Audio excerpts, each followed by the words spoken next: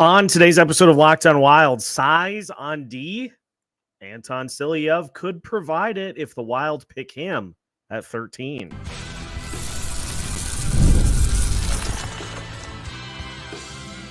You're Locked on Wild, your daily podcast on the Minnesota Wild, part of the Locked on Podcast Network, your team every day. What's happening, everybody? Welcome into another episode of Locked on Wild, your daily Minnesota Wild podcast, part of the Locked on Podcast Network, your team every day. Thank you, as always, for making Locked on Wild your first listen each and every day. Make sure you subscribe on YouTube and your favorite podcast platform so you don't miss out on any new episodes throughout the week. Today's episode is brought to you by FanDuel. Make every moment more. Right now, new customers get $150 in bonus bets with any winning $5 bet. That's $150 with any winning $5 bet. Visit FanDuel.com/lockedon to get started. On today's episode of Locked on Wild, we dive into NHL draft prospects Anton Silayev, Michael Hage, and Sam Dickinson to see what they could bring if the Minnesota Wild select them at 13. My name is Seth Topol, your daily Minnesota Wild insider, and we will be talking to, right off the bat, we'll be talking to Alexis Pearson on Thursday. Had schedule conflicts on my end, but we will be getting Alexis on Thursday to recap the PWHL season. So keep an eye out for that coming late afternoon for you tomorrow.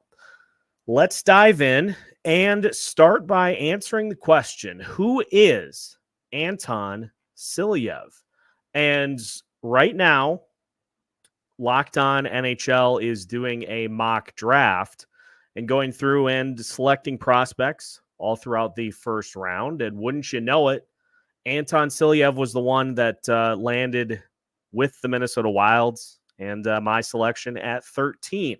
So as we have been doing with these profiles, we will see what Scott Wheeler has to say. We'll see what the hockey writers have to say, and we will take a look at some of the statistics for Silayev over the years.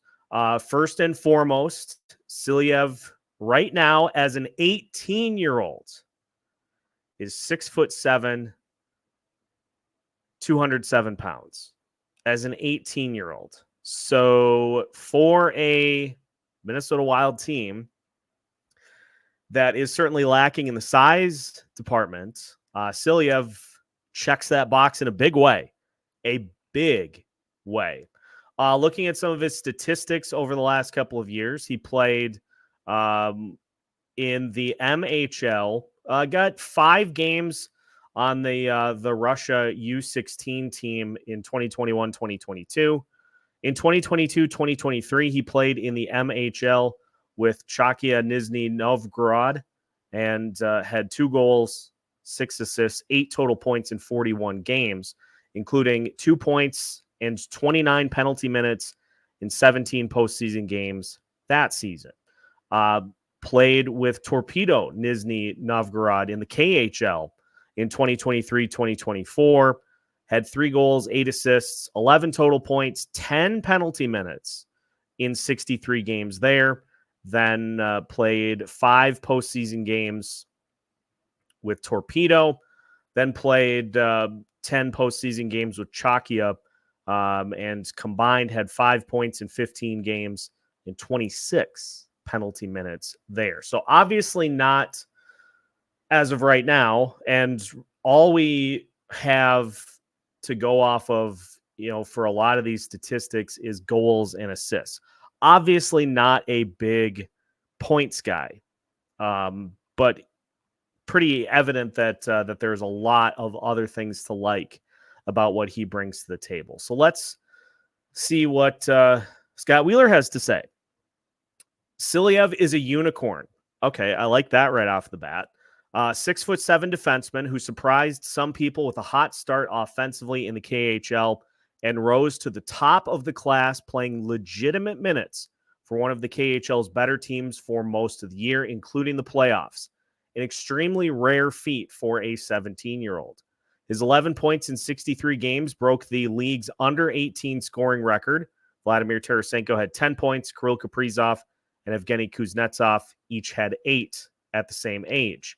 He played on the power play, consistently registered multiple shots per game, and even played both sides. Silayev is an excellent skater who walks the line with ease, drops back onto his heels comfortably, and pushes forward to either carry pucks up ice, close gaps, or disrupt a carrier with an active stick. Despite how prodigious his play has been, he looks like he's only scratching the surface of his true potential as well, and impressed again in the playoffs, though he didn't take over and produce in the MHL playoffs after his KHL season was done, quite like some were hoping he would. He's got more steps to take in his decision-making on the puck. Wheeler finds he's a little too trigger-happy. He actually shows good poise and comfort when he doesn't rush. His shot, which he gets off in volume and does a good job putting on target, but will definitely add power as he gets stronger and works on it.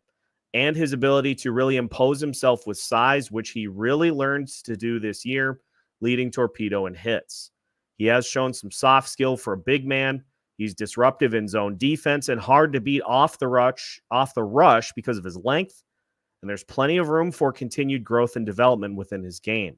Many scouts think he's the top D prospect in the draft. Wheeler is partial to Levshinov, but sees the appeal of Silayev and the projection some are making on him, though I don't think he has much offense as some thought he might out of the gate this season, largely due to average smarts. His upside is obviously extremely high, though, especially if he can get stronger without losing his mobility and continue to develop his offensive game. I'm just not sure I'd bet on it in the top 5, which at points this season he would have. So things that I like to hear there, right off the bat. The size is hard to ignore, but the ability to do something other than simply be big and get in the way is extremely appealing too. The ability to skate into the zone, to just be able to handle the puck and to add a little something other than simply hitting whatever moves. I like that as an add-in to the size profile. So let's see what the hockey writers have to say as well. Logan Horn with this draft profile of Silayev, who is ranked amongst defensemen, second by Bob McKenzie, second by NHL Central Scouting, fifth by the Daily Faceoff, and sixth by a couple of other hockey writers, and then Horn has him second. So here's what Logan Horn has to say about Silayev. Anton Silayev is an excellent defensive defenseman who has been an absolute force in big minutes for his team in the KHL, Russia's best pro league this season, despite not turning 18 until April. He was relatively unknown before this season, but broke out in a big way in a full-time KHL spot this fall, immediately jumping into the first round and even the top 10 conversation. Silayev has played an important role at even strength and on the power play for Torpedo Novgorod this year, and that role has only grown throughout the season despite his production drying up a bit. He's not the most talented puck carrier, but he can make solid outlet passes after retrieving the puck in his own end and has a pretty accurate wrist shot from long range. Silayev will likely gain some strength as he grows into his massive frame, and that could go a long way in making his wrister and slap shot a good bit heavier. The good news is that his defensive play has continued to grow as well this year, with Silayev already looking like an imposing force on the back end due to his size, physicality, and remarkably smooth skating for someone of his size. He maintains good gaps during rush defense and a sense of timing for when to close out with a hit or a quick jab to get to knock the puck away from an opponent with his massive stick is impressive for a 17-year-old playing on a high-end pro league. His poise and work ethic are really positive traits as well, as he goes on the ice to work hard and try to win games. Silayev isn't the flashiest player and doesn't cheat for offense, instead trying to find the best possible play he can make without compromising any dangerous chances in the other direction. Silayev is an exceptional skater for his size and moves like an NHL caliber defenseman already. He can work his way across the offensive blue line with possession, shut down plays from disadvantages with his speed and his reach, and has shown some potential as a puck carrier through transition. Draft projection, Silayev is not going to last long on draft day. While Horn thinks it's a near lock that Macklin Celebrini will be the first overall pick, chances of Silayev going first are not zero. The size, pro experience, and sense of untapped potential could lead to a draft day shocker. Regardless, Horn thinks Silayev is almost certainly going to land in the top 5, with a top 3 spot seeming pretty likely. And just looking at some of the strengths that Horn lists: skating, size, defensive timing, and physicality. Areas that can be improved: more strength in his shot, and can rush a bit when taking charge on offense. NHL potential: Anton Silayev looks like he's got a good chance to be a number 1 defender in the NHL who kills penalties and plays a shutdown role at even strength. Picture Chris Tanev, but with more offense and about 5 extra inches of height. That said, it feels like Silayev has the potential to be a special offensive player. If he can add that dimension to his game, then he can be a potential superstar in the NHL, more on the level of someone like Victor Hedman.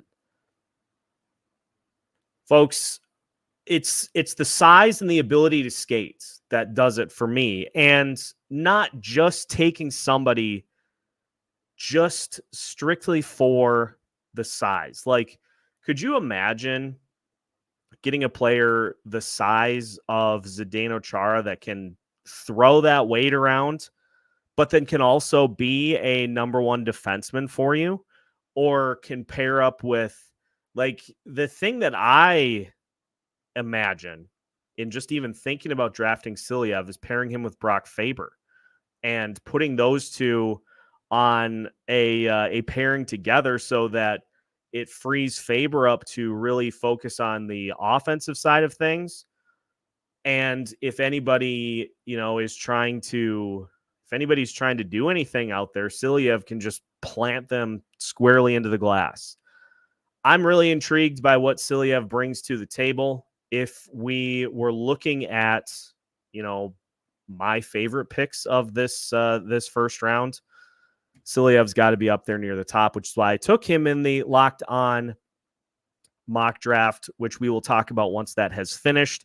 We'll go through and look at who is left and just kind of talk it out throughout the course of the first round. But there's a look at Anton Silayev, the unicorn size that brings a ton of intrigue to the table as well. When we come back, we will take a look at an offensive option that the Minnesota Wild could take a look at 13. Michael Hage is next as we take a look at his draft profile after this here on Locked On Wild. Today's episode of Locked On Wild is brought to you by FanDuel. Ladies and gentlemen, it is winner take all time in both the NBA and the NHL. And FanDuel is giving you a shot to bring home a big win of your own. Right now, new customers can get $150 in bonus bets with any winning $5 bet. That's $150 to bet on spreads, money lines, player props, and more. Unfortunately for us, both the Stanley Cup Final and the NBA Finals still have not gotten underway. The NBA Finals start tomorrow, and the Stanley Cup Final starts on the 8th. So here's what I would suggest, and this is the cynical Minnesota sports fan coming out to give you this strategy. The Minnesota Twins are playing the New York Yankees right now. They do not have a great history against the New York Yankees. So if you want an easy way to bank those bonus bets for when both the NBA Finals and Stanley Cup Final get going, take the Yankees against the Minnesota Twins. Guaranteed non-lose in that regard. Whichever direction you choose, make sure to head to FanDuel.com/lockedon to make every playoff shot count. FanDuel, America's #1 sportsbook.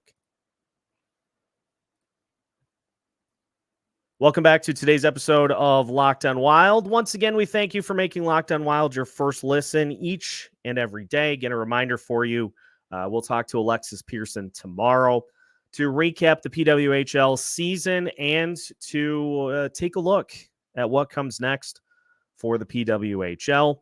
And we will also have an episode that will air tomorrow morning for you, where we take a look at a few more draft profile names as we start to ramp up our draft coverage ahead of the NHL draft coming up at the end of June. So, moving on to our next draft profile. Who is Michael Hage? Let's start by taking a look at some of his statistics. Hage is 18 years old. He is a center, 6'1", 190 pounds. He has a right shot and played this past season for the Chicago Steel. He is committed to the University of Michigan in 2025-2026. He started in Canada with the U14, U15, and U16 teams. He played in the U16s in 2021-2022, had 46 goals and 70 assists in 57 games. He then played for the Toronto Junior Canadiens in the OJHL for a game and had 4 points, 2 goals, 2 assists. He played for the Chicago Steel in 2022-2023, had 5 goals, 5 assists, 10 total points, and had 10 penalty minutes in 13 games, then 2 points in 6 playoff games, and then really took off for the Chicago Steel this past season when he had 33 goals, 42 assists, 75 total points in 54 games. And then in 2 additional games in the playoffs, he had 4 points and 19 penalty minutes. So he's certainly impressed with his overall numbers throughout the course of the last couple of seasons. And with this being a Minnesota Wild podcast, obviously we're always keeping an eye on the center positions. Let's see what Scott Wheeler has to say about Michael Hage, a star prospect who would have gone at the very top of the OHL draft had he not chosen to go to the Chicago Steel and commit to the University.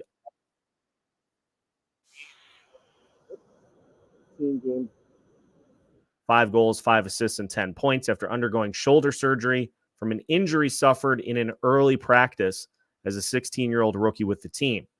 There are some USHL and NCAA circles who believe that had he not lost that time, he might have been in the top 10 conversation in this draft class. Then for a time, some viewed him as more of a late first.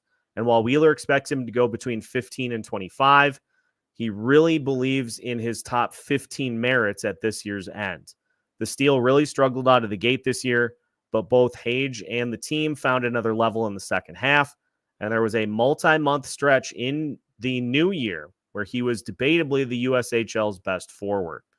Hage is a natural center who has it all. He's got pro size and skating. He's got dual threat skill as a shooter and passer. He's naturally talented as a handler. He can create for himself or elevate a line. He plays hard. He stays on pucks. He battles, and he reads the game at an advanced level with an intelligent approach to the way he maneuvers around the ice. Wheeler likes him also in puck control and protection. He's got detail and work ethic. He's also, Wheeler's told, taller by an inch or two than his NHL Central Scouting listing, with room to fill out his lean and athletic frame after lost time in the gym.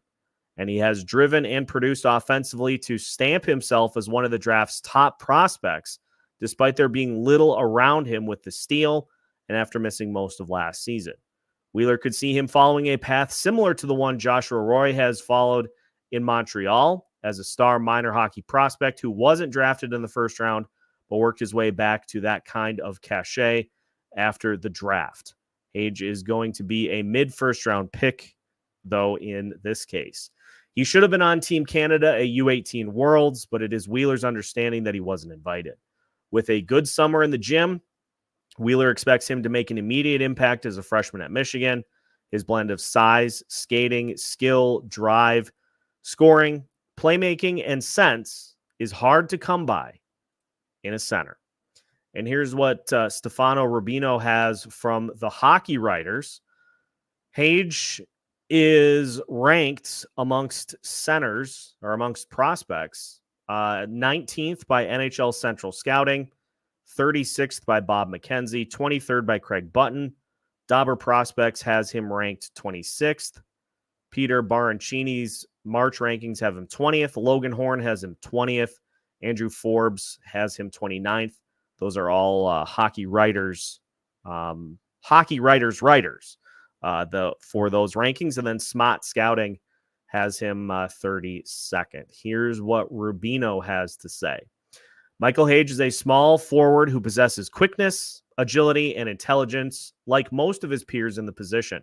However, his greatest attribute is his excellent skating ability. His pristine edge work and powerful first three strides allow him to move quickly and overwhelm his opponents. He combines his speed with his hands to blow by defenders and create numerous scoring opportunities. He has a unique way of using his hands on his shot, creating dominant deception angles that make it nearly impossible for the goalies to predict where his shot is headed. When he combines the deception angles with his quick release, the goalie stands no chance of saving the puck when he has the space to shoot. Hage exhibits a high level of intelligence in all three zones, which is something many young players require assistance with. This enables him to be in the right place at the right time. It frequently causes opposing teams to lose possession of the puck as he anticipates its trajectory and adopts the appropriate angles to chase down opponents. Despite his relatively small size, his positioning and hard work enable him to be effective in his own zone. Like most young players, he is expected to grow and develop physically, which will make him a more well-rounded player in all facets of the game. With increased strength, Hage's shot will become more complex and eventually become a deadly asset. Additionally, his size will better equip him to play against larger players within the league and protect the puck more effectively. He is a well-respected and outgoing individual known by his peers around the rink. If he works hard to gain strength and size, he has the potential to become a game-changing forward at the next level. Let's look at his draft projection. Hage is in a draft where there are other very talented centers, especially forwards. Based on many rankings, he could be selected towards the later end of the first round or very early in the second. The highly touted Macklin Celebrini is projected as the first overall pick, but center players like Konsta Helenius and Sasha Boisver could go before Hage. One would expect him and Cole Bidouin to be potentially selected once those three are off the boards for teams looking for a forward and a center. His strengths: playmaking, puck handling, vision, and skating. His areas to improve: defensive awareness and shooting. NHL potential: Hage has the skill to become an elite two-way center who can do it all on both sides of the ice. With the ability to see the ice and move the puck well, his hope to build on his size and grow his defensive game, and his character, he has the potential to become a formidable Jack Eichel-type player. He could blossom into a second-line center who can play on both the penalty kill and the power play one day. So there you have it, Michael Hage, another potential name for the Minnesota Wild to take a look at 13. Some of the things that I like: the speed, obviously, and the ability to quickly get up to speed and blast by opponents. Wild have no shortage of need for speed, and so he would certainly fit in very well if that is the route that the Minnesota Wild look to go. But you look at some of these other guys, and just because we already did this for today's episode, the fact that Anton Silayev has like bona fide top defenseman written on him, that makes that hard to ignore when the potential to add a player like that exists. But the Wild have no shortage of need for offense either. So I'm sure a lot of us would like to see the Wild take a defenseman because the D-core is certainly getting older, but 13 is a prime spot to grab some offense too. So Michael Hage could potentially be there. And if he is the selection, you know where to find his draft profile right here at Locked On Wild. We will finish by taking a look at Sam Dickinson. One more profile, and we go back to the defenseman as we finish today's episode of Locked On Wild after this.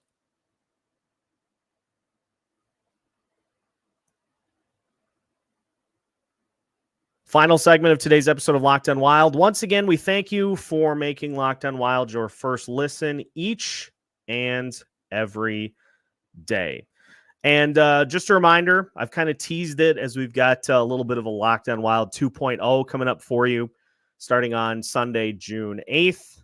And we are finally getting the captain on the show. Not Jared Spurgeon, the YouTube comment captain. Denny will be joining us to help usher in some new content that I am sure all of you are going to enjoy.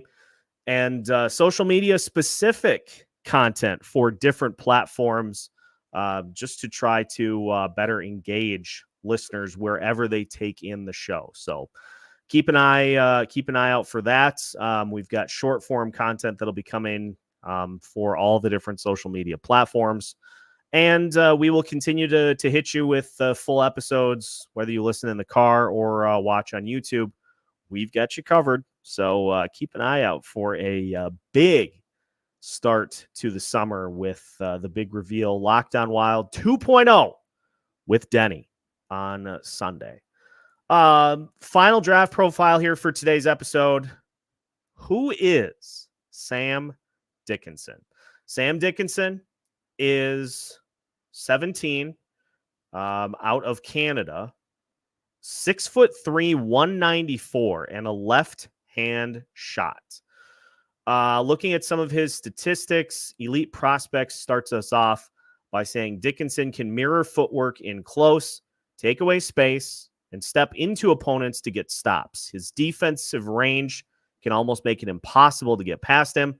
With the puck, he's decisive and explosive, drawing in forechecking pressure, only to leave it in his dust as he carries the puck from zone to zone unimpeded.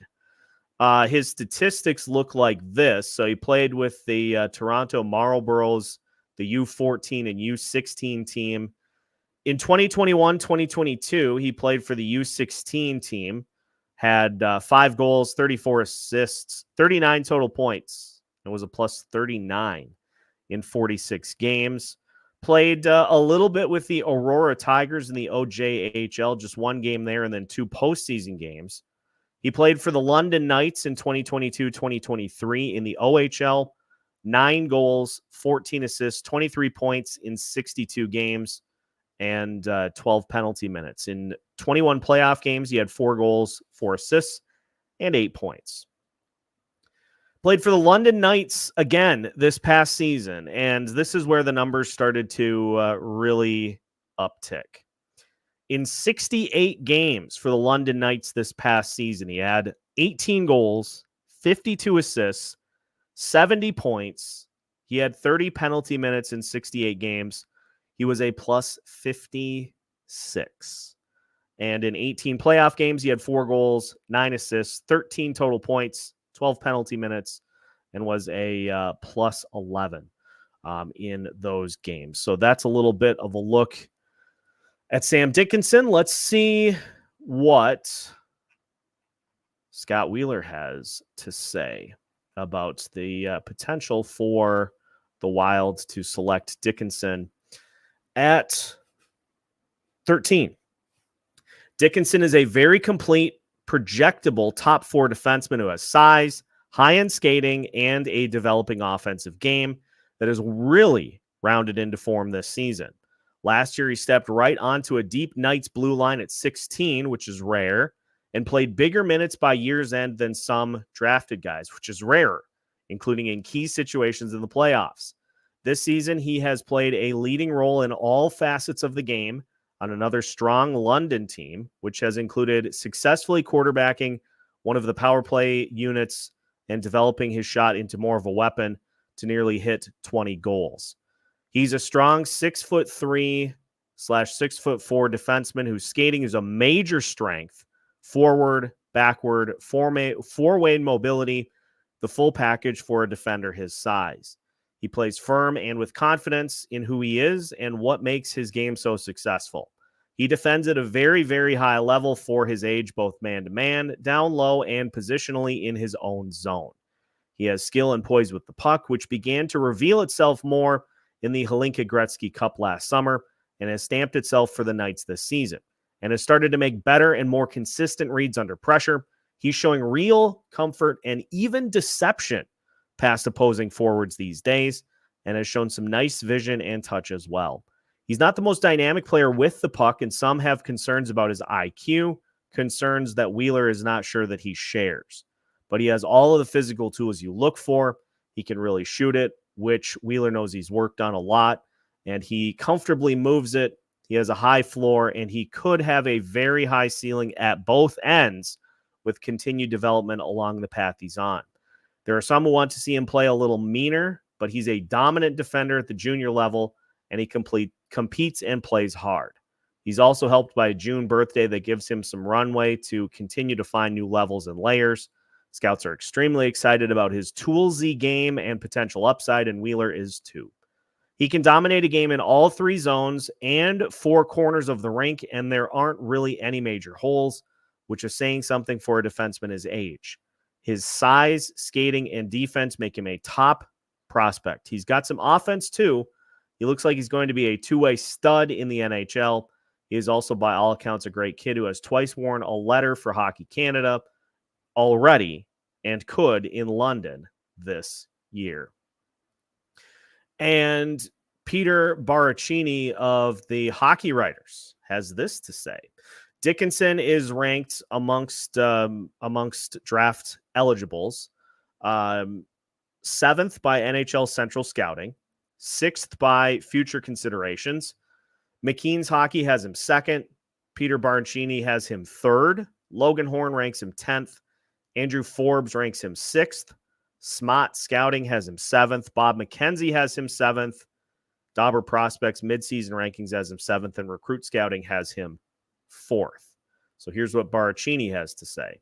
Many expected London Knights defenseman Sam Dickinson to take a big step forward and earn more meaningful minutes and responsibility this season. He definitely showed why they acquired him from the Niagara Ice Dogs, as he continues to show great potential in his rookie season. In his draft year, Dickinson has elevated his game to new heights as a competitive two-way defenseman. Dickinson finished the regular season 4th amongst defensemen in Ontario Hockey League, scoring with 70 points and 4th in assists with 52. In addition, he has taken the second most shots of any defenseman with 232. Many wondered if his offensive production will take off heading into this season, and it clearly did, as he blew his rookie season production out of the water. Dickinson already excels with his strong defensive game and IQ without the puck. He defends extremely well against the rush and within his own zone, something that other defenders are inconsistent with this early on in their development. That aspect to his game is near pro ready, as he has that advantage over other defenders his age. He's already showing that he's consistent with his positioning and decision-making, utilizing his size to his advantage to get the inside edge to break up plays down low or along the boards.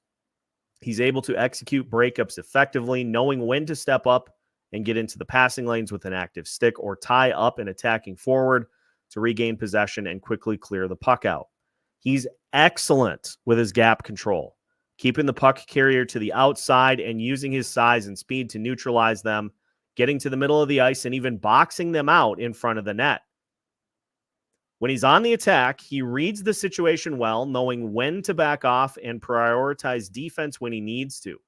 Even if there's a breakup or a turnover, he has quick awareness and reaction time to get back and get into position. While he's great at reading the play when attacking players enter the zone, he isn't afraid to engage physically and lay the body. Whether it's an open ice hit or along the boards, Dickinson imposes his will and makes life difficult for the opposition. Offensively, Dickinson's game might not stand out compared to other defenders, but he's effective every time he has the puck. He isn't flashy, offensive-minded defenseman, but he does a great job to pick his spots and attack with force. He's a very mobile skater, as his long stride and speed make him difficult to contain breaking out of his own zone and in transition, easily attacking the offensive blue line when he generates speed. He knows when to jump up to make timely pinches to keep plays alive, join the rush, or engage in the offensive zone and not put his teammates in a bad spot by doing so. Dickinson's got a powerful shot as he's always getting pucks on net. Whether it's a quick wrist shot or a powerful one-time blast, Dickinson has the power and accuracy to find the back of the net or even generate second chance opportunities. He's just as effective with his playmaking, walking the line cleanly to open things up and find cross seams with his teammates. There are times where he can be too passive and it can lead to a broken play after forcing one, but for the most part, he's always creating and executing plays very well from the back end. All right, here's his draft projection. Given how this is the draft of the defenseman, Dickinson will definitely hear his name called early on draft day. He is pro level, and his qualities and defensive game will surely attract many teams, but where he will go remains up in the air. Some see him as a top 5 pick, others just outside that, but as a top 10 player. Either way, that's a perfect range to make a defenseman with his upside, complete level, and intensity. Strengths include skating and mobility in transition, high-end compete level and physicality, powerful point shot, strong defensive positioning and gap control, and strong IQ on both sides of the puck. Areas to improve: can be too patient with the puck in creating plays, something we see quite a bit. Improve offensive output and production for the next level, and that's something you'd expect with a defenseman, is that they're going to kind of grow into the offensive side of their game if they have one. And so those are areas too that can be quickly improved with confidence. As far as NHL potential goes, there isn't any doubt that Dickinson can be a very powerful, a very impactful top pairing defenseman. He's a player that can be relied upon in any situation and eat minutes, be it on the power play or when you need to protect a lead. He's going to be a player that will get the job done. His strong defensive game is going to make it tough for opposing players to go up against him, and if his offense translates to the pro level, he could be even more dangerous. His play is very reminiscent of Florida Panthers defenseman Aaron Ekblad, as he's been a big impact player for them. So if that is the route that the Minnesota Wilds go, they are getting a good one in Sam Dickinson. And again, I like hearing some of that stuff because I feel like with these profiles, we can kind of go pinpoint areas that we would see just about all of these players being able to help like immediately. And an area that I think Dickinson could really help in knowing when to step into the play and to help out offensively. The Wilds did not get that consistently from their defensemen this past season outside of a couple of guys. And so you slot him in for that. That could really help improve their scoring, which is something that needs to definitely improve over these next few years. So, and the size profile, again, the size profile, while not just being somebody that is big, somebody that can add offense and defense and can throw their weight around a little bit too, are the things that I like to hear from these potential prospects. So there is the draft profile for Sam Dickinson. And that will wrap it for today's episode of Locked on Wild. Again, reminder, we've got another set of draft profiles coming up for you tomorrow morning. Then we will talk with Alexis Pearson later in the day to recap the PWHL season. And of course, we've got Isha Jerome joining us for Friday's episode of Locked on Wild. Before the big reveal, Locked on Wild Live 2.0 coming on Sunday. Denny will be joining us as the inaugural guest of the new era, in Minnesota Wild content from Locked On. So be on the lookout for all that as the rest of the week unfolds. Make sure to hit the like button or leave us a 5-star review if you enjoyed today's episode and you enjoy our content throughout the course of the week. We've got new episodes for you every Monday through Friday as part of the Locked On Podcast Network.